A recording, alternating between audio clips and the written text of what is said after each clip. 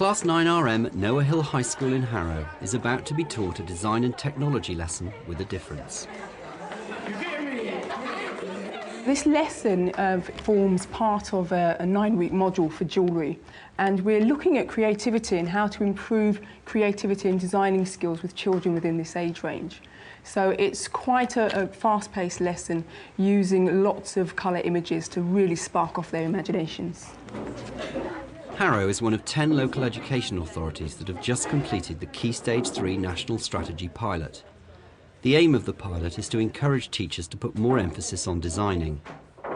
We're looking at creativity today because when you're designing, it's really quite usual for a lot of you to just come up with tried and tested ideas. If you're asked to come up with an idea, it might be based on a sports person, or it might be on your favourite TV character or a book character or something like that. We need you to move away from that and really start designing in a broader context. In this third lesson of a 9-week module on body adornment, Sharon Giro is trying to encourage more original designing by giving students some rather unusual stimulus materials. Let's just have a look at this image, and I want you to tell me what the value of the image is. I don't want you to tell me whether it's good or bad yet. It's quite interesting, right? What is it? Who on earth would have designed something like this? It looks quite comical. It looks a bit crazy, doesn't it? Who do you think might use this particular interesting garment? I don't know if you can read the text, so I'll read it for you. It says, underwear necktie. Don't waste time getting dressed. In a single movement, you can slip into this elegant ensemble, and there's a wide choice of patterns and colours. What do you think? Who might use this? We were both concerned, both interested in trying to develop in students an awareness that they could actually be creative without resorting to second-hand imagery. We do find a lot at Key Stage 3 that students will often use sportswear logos and Disney images, or want to do so in their designing, and we want to see confidence in the students, confidence in their own ability to come up with genuinely new ideas. The first activity that I want you to take part in today is just looking at what we think are some fantastic objects. And they're all from a Japanese book called The Art of Chindoku, which is useless or unuseless inventions.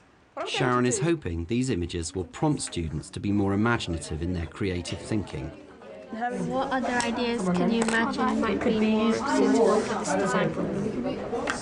A mother with like small children, and she's got like drop them to school every single day, so she's got to like spread that around and give it to them. Are we working as three? So this is a portable butter stick. It looks like a Pritt stick, doesn't it? Yeah, that's what it's butter. So how else could you come up with a portable way of carrying butter around? You can have it like just like one you use it and then you chuck it away. Yeah, you could have it. So a disposable one. What, a disposable stick? So small sections, refillable. Write your ideas down because you're going to feed back. The whole idea of Chindoku is that it has a slightly anarchic feel, that you're not bounded by rules, and that's exactly the type of approach we need from students of design when they're considering a design problem at its early stages. If you've got some chili powder or something in your eyes, then you're like doing that, but it still hurts when you put water in, and you can just do that. And then It seems to be easy when you hit on the right sort of formula, and the images that Sharon's using today are good for this insofar as they immediately engage, they amuse students. Students look at them and think, well, that wouldn't work, that's ridiculous, that's absurd, but they're interested. what other ideas could you imagine might be more suitable for this design? What is another way of thinking about the problem? What is another way of thinking about Hairbands, yeah. You could have like a... If you sweat, the sweat doesn't go in the soup. Yeah, that's what your eyebrows are for. No, because it might drip off. Then That's you what could happens have to a me. hairband that it's not just one hairband, but it wraps around the hair so it doesn't drape down. Do you mean like one of those bands that go all the way around you? Yeah. And then you could have one at the back, which stops the hair from falling. It'd be better than a big plastic thing going around your head. I think the interactions between the students have been quite encouraging, in that I think they've made the leap of not, they've not just discarded the ideas. Some of them obviously, in terms of real design value, they haven't got much value going for them, but they've grasped the idea, they've begun to think differently, they've begun to see the appropriateness of some of the ways that the Chindoku exponents think in design. Next, Sharon introduces IPAC, or Inspirational Product Activity Cards, to try to stimulate students' emotional responses and generate some off-the-wall ideas. What we've got here are two unconnected images. We've got an iguana and a mobile phone. I'm sure you're all familiar with mobile phones. Don't know how familiar many of you are with an iguana. So if I was a designer and I had been approached by a company and they said they wanted an unusual phone, and I was going to use an iguana as my stimulus image, but what I wouldn't want to produce is a baby of the iguana and the phone. So in other words, I don't want a phone that looks exactly like an iguana, but I want to take elements of this animal and bring it into this phone. You cannot just give students blank bits of paper and say, right, be creative. You need to give them a strategy. And we've been doing some work in Harrow looking at the way professional design consultancies come up with ideas seemingly from nowhere. And we've appropriated them and tried to develop them so that they're relevant to the classroom. Put the body on the actual stand. What is this? We don't even know what it is. So like, how are we meant to like expand on it if you get me? Like, I think it's like, it looks like Star Wars. Miss? That's my one. I choose those images. You got to use those. Miss, this is like Star Wars. We don't know what to do with it. Buildings. It's just like just So you're redesigning buildings. What, all the slug? Yes. Look at the slug. So think about texture. What can you see when you look at it? You're not seeing a slug. Slimy. Very good. Sticky. How could that be used on a building? Think about why that would be useful. It could stop people. So there'd be no graffiti, burglars. would there, on that building? Yeah. Burglars wouldn't be able to climb up because they'd slip off the edge of that building. You wouldn't be able to graffiti on it. So there are things that you can take from the slug and apply to designing just some buildings. And remember, we know you're not architects. So we're just asking it's really ideas, coming up with ideas. I know. So like a leaf thing at the bottom. So yeah, and that can be like the entrance. Oh yeah. And can like be like the doors. And it leaves. And this is like totally rubbish. But do a leaf pattern on like the door or something. And like there can be like like the thing that can be like emergency doors and stuff. Yeah.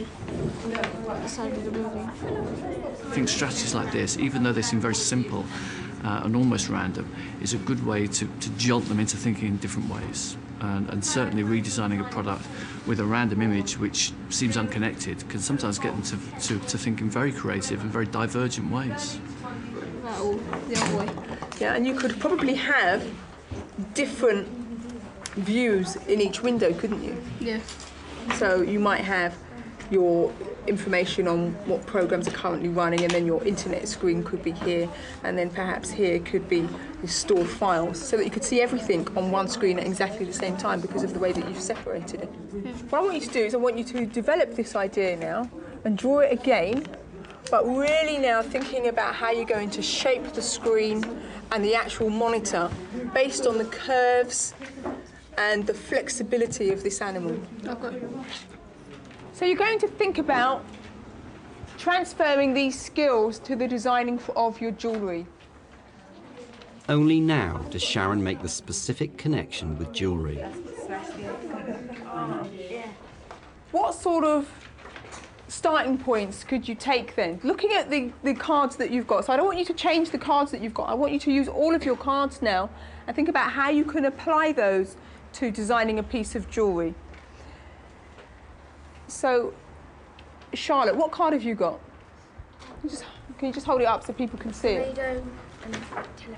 A tornado and a telephone. So if you were taking elements of the telephone or the tornado to design a piece of jewellery, just quickly off the top of your head, what could you use? Spirals. Spirals. Tornado. So would that be the outline, or would that be a pattern on the jewellery? Pattern. So you could have spiral pattern on the jewellery. Anything from the telephone that you think might be useful? Swirly bit at the side, the decoration. Yeah, so you could use the decorative panelling on the side of the phone as part of some engraving or something on your jewellery. Excellent. I'm hoping that they will now see that you don't have to just copy an image, that you can take it apart into its smaller sort of sections and then combine different parts and come up with something that is really unique and unusual. We're now at the end of week 6 of 9. The students have refined their ideas, and today's the day when they finally get to put all their innovative designing into practice. Remember, we went into the IT rooms and you took your design ideas from previous lessons and then you developed them and turned them into a computer-aided drawing. But we had the milling machine then cut out your design. So we have this former or mould which has an exact replica of whatever it was that you designed on the computer.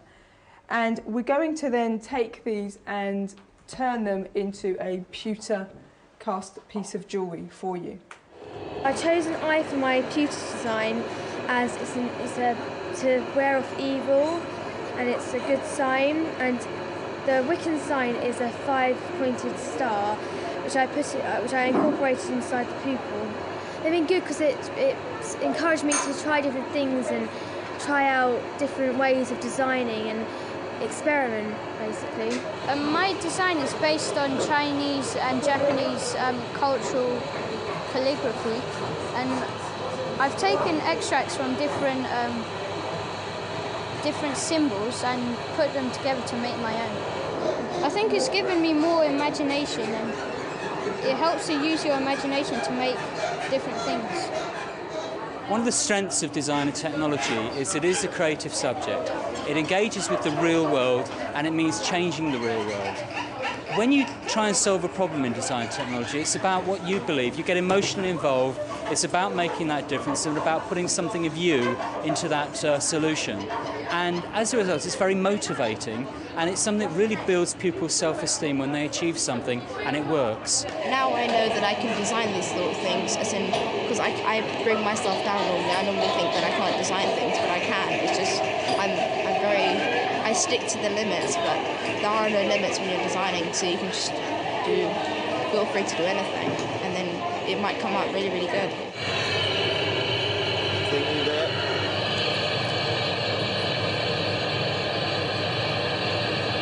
You can see it's starting to go liquid. That up. Carry it carefully. The pilot has now ended, and after successful feedback from the 80 pilot schools, the programme is being rolled out across the country during 2005. Just pop that back there. Turn that off. Former. See that that's filled up with metal. That's be very hot, so we can take that out in a couple of minutes. Okay. I think they've all started off with really, well, coming in thinking they were going to make jewellery, and they had quite set ideas, pretty much things they've seen in an Argos catalogue in H. Samuel, and they were going to try and copy something like that. And then as we've gone through, they've really started to look at things more widely and look at the influence of nature and pattern and shape and texture, and try and bring that into their designs, so that what they're producing is something that is unique to them. You can, if you just push that out from the top gently. Pushing, that's it. There we are. I think it's really good.